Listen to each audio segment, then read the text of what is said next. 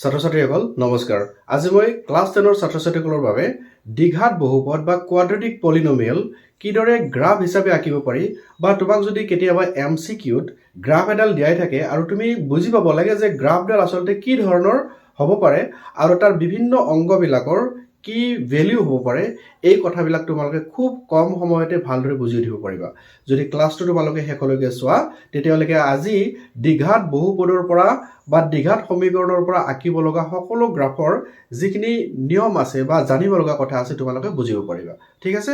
So মই তোমালোকৰ দ্বিঘাত বহুপদ বুজোৱাৰ কাৰণে মই প্ৰথমতে ষ্টেণ্ডাৰ্ড যেটো ফৰ্ম আছে দ্বিঘাত বহুপদৰ বা কোৱাড্ৰেটিক পলিনোমিয়েল মই এটো লিখিছো। Suppose y = ax² + bx + c এইটো হৈছে এটা কোৱাড্ৰেটিক পলিনোমিয়েল বা দ্বিঘাত বহুপদৰ ষ্টেণ্ডাৰ্ড ফৰ্ম। ঠিক আছে? সো এই ষ্টেণ্ডাৰ্ড ফৰ্মটোৰ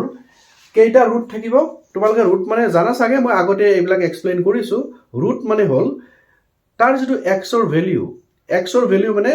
গ্ৰাফ এডালত x অক্ষত বা y অক্ষত এই যে কাটিব নহয় সেইবিলাক আমি অলপ পাছত ভালদৰে বুজি লম বাৰু। তো ইয়াৰ ৰুটস মানে হৈছে ভ্যালু অফ x। এনে কেইটা ৰুট থাকিব চাবা the highest power of x the highest power of x মানে যেটো ভেৰিয়েবল আছে হাইয়েস্ট পাৱাৰ যিমান হ'ব সিমানটা এটাৰ ৰুট থাকিব। ঠিক আছে? এতিয়া আমি চাম যে ইয়াতে মানে যে দুটা ৰুট থাকে বুলি আমি গম পাইছো। ইয়াৰ আমি ক্যাৰেক্টাৰিস্টিক্স চাও যে ৰুটস বিলাক কেনেকুৱা হ'ব। মনত ৰাখিবা b² - 4ac যত a b and c are the coefficients of x² x and c is the constant term. a is the coefficient of x² মানে a টো হৈছে x² ৰ সহগ, b টো হৈছে x ৰ সহগ আৰু c টো হৈছে ধ্ৰুবক পদ। ঠিক আছে? যদি এইখিনি মান উলিওৱা যাক আমি ডিসক্ৰিমিনেন্ট বুলি কওঁ বা ভেদ নিৰূপক ডিসক্ৰিমিনেন্ট বুলি যদি কওঁ এই ডিসক্ৰিমিনেন্ট মানটো তুমি যদি উলাই লোৱা মানে b ৰ মানটো ইয়াত বহাই দিলা, a ৰ মান বহাই দিলা, c ৰ মান বহাই দিলা, যিমান টোটাল ক্যালকুলেশন ভ্যালু হ'ব তোমাৰ সেইখিনি হ'ব ডিসক্ৰিমিনেন্ট বুলি বা ভেদ নিৰূপক বুলি কব। তো এতিয়া কন্ডিশন নম্বৰ 1 যদি b² - 4ac is greater than 0 হয়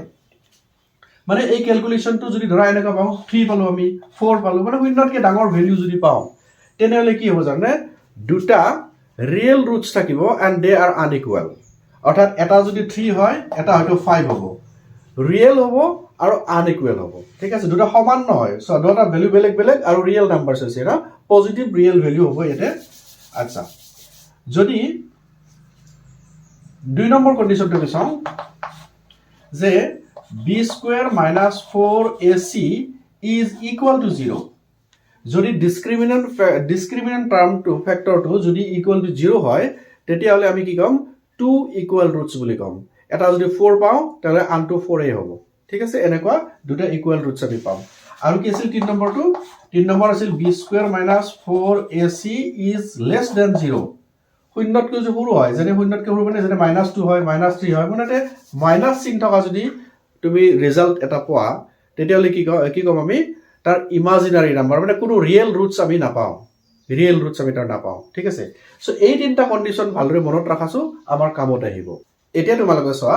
যে দ্বিঘাত বহুপদ এটাক যেতিয়া আমি গ্ৰাফত উপস্থাপন কৰিম মানে গ্ৰাফিক্যাল ৰিপ্ৰেজেন্টেশন যেতিয়া আমি কৰিম কি হয় জানানে আমাৰ তো তুমি জানা যে আমাৰ গ্ৰাফ পেপাৰত x এক্সিস আৰু y এক্সিস আমি ড্ৰ কৰিব লাগে হয়নে? এই x এক্সিস আৰু y এক্সিস ড্ৰ কৰোতে এটা দ্বিঘাত বহুপদ বা দ্বিঘাত সমীকৰণক যদি তুমি উপস্থাপন কৰিব লাগে তেনে কি হ'ব জানা কেতিয়াবা তুমি এনেকুৱা এডাল গ্ৰাফ পাবা কেতিয়াবা তুমি এনেকুৱা এডাল গ্ৰাফ পাবা,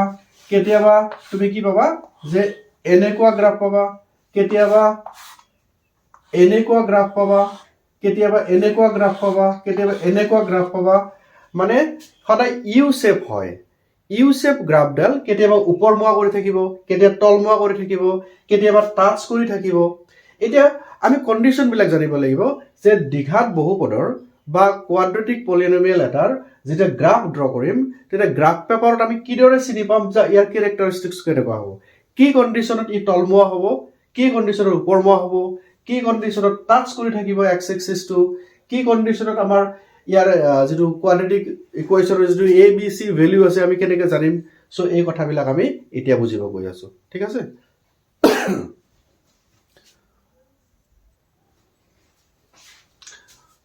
এতিয়া আমি এই কন্ডিশন কেনে চাও ন। কন্ডিশন নম্বৰ 1 যদিহে কোনোবা এটা দ্বিঘাত সমীকৰণ suppose y is equal to আমি লিখিছো এনেকুৱা যে 3x square minus 2x plus 1 ইয়াৰ ৰিজাল্ট যেনেকুৱাই নহওক ইয়াৰ ৰুটস বিলাক যেনেকুৱা কোৱালিটিৰ নহওক কিয় মনত ৰাখিবা আমি এই সমীকৰণটো মানে দ্বিঘাত সমীকৰণটো যদি গ্ৰাফ পেপাৰত বহাব লগা হয় আমি প্ৰথমতে জানো যে ই আসলতে উপৰ মুৱা ফালে থাকিব নে তলৰ ফালে থাকিব প্ৰথম হিটো কন্ডিশন জানিলো ন তাৰ পিছত ডিটেইলছত যাম আমি চোৱা এই দ্বিঘাত সমীকৰণটো বা কোৱাড্ৰেটিক পলিনোমিয়েলটোৰ তুমি চাব লাগিব a for what a is the coefficient of x square টাৰ্মৰ যেটো সহগ অৰ্থাৎ a বুলি কও if that is greater than 0 মানে শূন্যতকে ডাঙৰ হ'ব লাগিব মানে পজিটিভ নাম্বাৰ হ'ব লাগিব যদি x স্কয়াৰৰ সহগটো এটা ধনাত্মক সংখ্যা হয় যেনে এই ক্ষেত্ৰত কি আছে 3 আছে x স্কয়াৰৰ সহগটো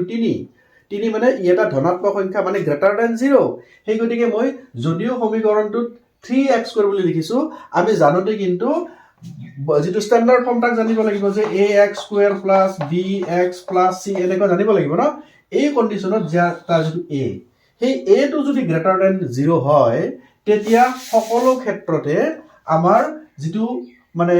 গ্ৰাফ আমি আঁকিব খুজিম সেই গ্ৰাফটো সদায় কি হ'ব এনেকৈ ওপৰ মুৱা হ'ব ই x অক্ষক কাটকে বা নাকাটকে বা যিয়ে নহওক মুঠতে ওপৰ মুৱাটো হ'ব ওপৰৰ ফালে থাকে মানে কি মই ক'ব কৈছো কি এনেকৈ থাকক বা এনেকৈ থাকক বা এনেকৈ থাকক বা এনেকৈ থাকক যেনেকৈ নাথাকক কিয় হি মুঠতে ওপৰ মুৱা হ'বই ওপৰৰ ফালে মুখ কৰি থাকিব তো প্ৰথম কন্ডিশন গম পালা যদি এটা দ্বিঘাত সমীকৰণৰ a মানে x স্কয়াৰৰ সহগটো এটা ধনাত্মক সংখ্যা হয় তেতিয়া হলে সেই গ্ৰাফডাল সদায় ওপৰ ফালে মুখ কৰি থাকিব নম্বৰ 1 কন্ডিশন গম পালা এটা আমি 2 নম্বৰটো চাও 2 নম্বৰটো চৰ্তটো হ'ল ধৰা মই এটা দ্বিঘাত সমীকৰণ লৈছো y is equal to x square minus 6x plus 9 এই দ্বিঘাত বহুপদটোৰ পৰা আমি এটা কথা চাও সমীকৰণটোৰ পৰা মোক পদকে কোৱা আছে চাই পেলাই কোৱা তোমালোকে যেতিয়া এমসিকিউ কৰিবা নহয় এনেকে চকুৰে চাইয়ে কথা ক'ব লাগিব মোক পদকে কোৱা আছে যে এই দ্বিঘাত সমীকৰণটো বা কোৱাড্ৰেটিক ইকুৱেশনটোৰ গ্ৰাফডাল কেনেকুৱা হ'ব ওপৰমুৱা হ'ব নে তলমুৱা হ'ব কি হ'ব কোৱাছো তোমালোকে ঠিক আছে নিশ্চয় বুজি পাইছা যে এইডাল ওপৰৰ ফালে মুখ কৰি থাকিব কাৰণটো কি কাৰণ x স্কয়াৰৰ যেটো সহগ এটো কি আছে এবাৰে কোনে মানে 1 আছে আৰু 1 ইজ এ পজিটিভ নাম্বাৰ গটিকে এই গ্ৰাফডাল যদি আমি ইয়াতে গ্ৰাফ পেপাৰত আঁকিব খুজু তেনেহলে হি ওপৰমুৱা হ'বই আচ্ছা এইবাৰ কিন্তু কন্ডিশনটো আমি ওপৰমুৱা হ'ব নে তলমুৱা হ'ব চাব খোজা নাই আমি এটা বেলেগ কন্ডিশন চাব খুজিছো গটিকে আমি সেই বেলেগ কন্ডিশনটো ক'ব খুজিছো তে আমি এটা কথা জানো যে দ্বিঘাত সমীকৰণ এটা ডিসক্ৰিমিনেন্ট থাকে ডিসক্ৰিমিনেন্ট মানে কি যে b স্কয়াৰ - 4ac ঠিক আছে তাৰে আগে আমি জানিব লাগিব ইয়াতে a মানে কি আছে চোৱা a মানে আছে 1 হৈছে না এটো 1 b মানে কি আছে b মানে আছে -6 চাবা -6 টো মেনশন কৰিব লাগিব কিন্তু -6 আৰু c মানে কি আছে c মানে আছে 9 a b c কেটা প্ৰথমতে উলাই ল'ব লাগিব according to standard form ঠিক আছে ওলাই লোৱাৰ পাছত আমি এটা d উলাব লাগিব what is d d means b square minus 4ac হৈ গল এখিনি আমাক ডিসক্ৰিমিনেন্ট বুলি ক'ব আৰু এই কন্ডিশনটো জানি লোৱা দেখা যদিও মই অলপ ডাঙৰকে লিখিছো নহয় চকুৰ পছাৰতে এইটো মুখে মুখে ক'ব পাৰি তথাপি মই কৈ দিছো চাবা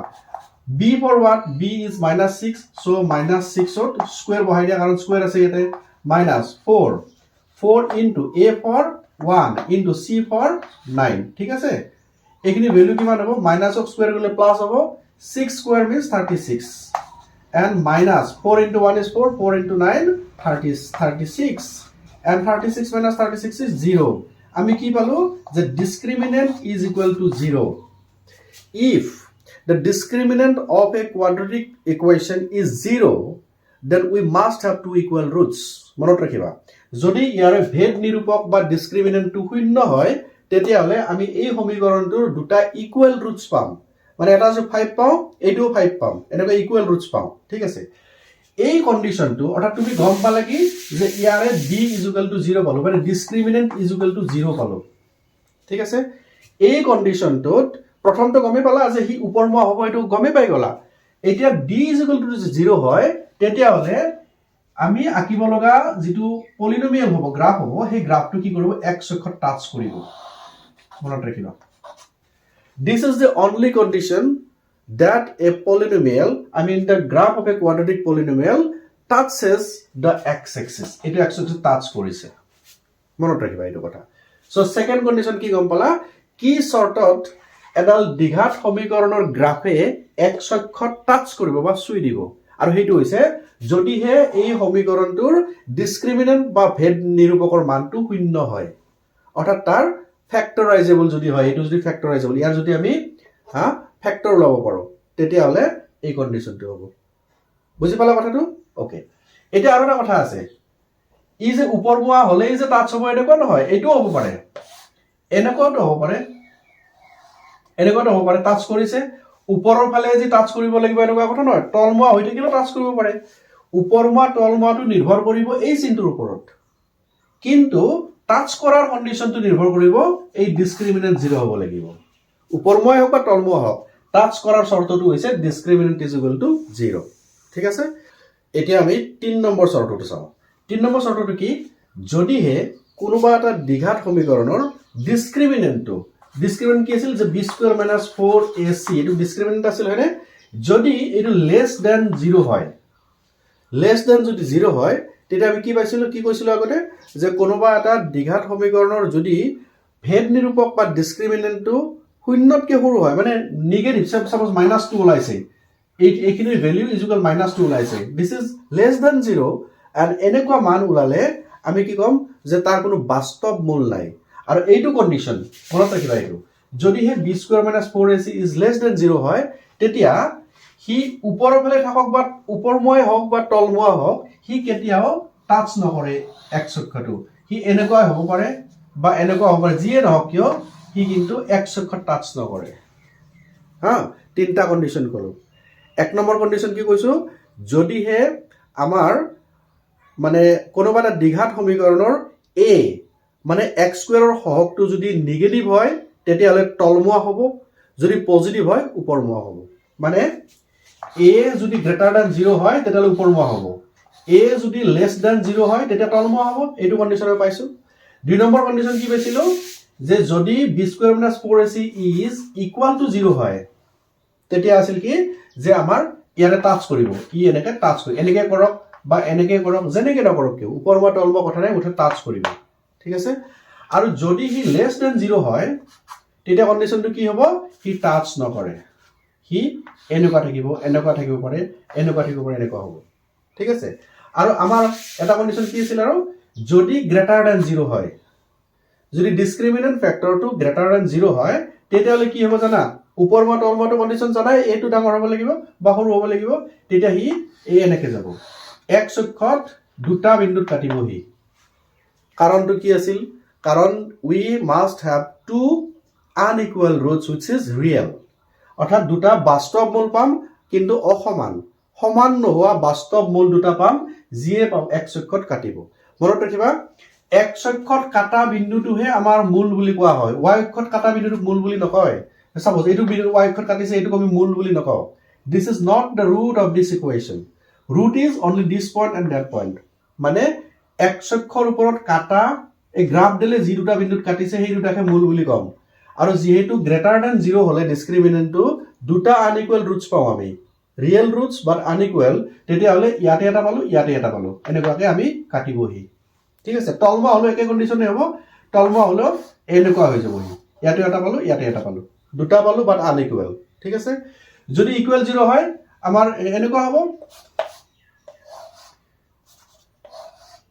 এনেকুৱা হ'ল এইটো হ'ল ঠিক আছে সো আমি এই তিনটা কন্ডিশন পালো ধৰি লোৱা মই বোৰ্ডত গ্ৰাফ পেপাৰৰ ওপৰত এডাল মানে কোৱাড্ৰেটিক ইকুৱেশ্যন বা কোৱাড্ৰেটিক পলিনোমিয়েলৰ আমি কি কৰিছো গ্ৰাফ এটা লাগিছো ঠিক আছে এই গ্ৰাফডাল নিশ্চয় ইউ শেপড হ'ব ই উপৰমুৱা হৈ আছে গতিকে আৰু চোৱা এইখিনি চাইছে আমি কিছু কথা গম পাম ইয়াতে আমি লিখিম এতিয়া তাৰে একে ক'ব খুজিছো চোৱা যিটো বিন্দুত আমিতো কৈছিলো আগতে যে x অক্ষৰ যিটো বিন্দুত কাটে the point on x-axis where the graph cuts that is the root of that equation দুটা বিন্দুত কাটিছে that it must have two different roots ঠিক আছে আমি x অক্ষত কাটা বিন্দুটোক আমি মূল বুলি কওঁ বা ৰুট বুলি কওঁ কিন্তু y অক্ষত কাটা বিন্দু যাক সাপোজ আমি p বুলি নাম দি দিছো এই পি বিন্দুটোৰ যিটো কোঅৰ্ডিনেট হ'ব স্থানাংক হ'ব আমি উলিয়াব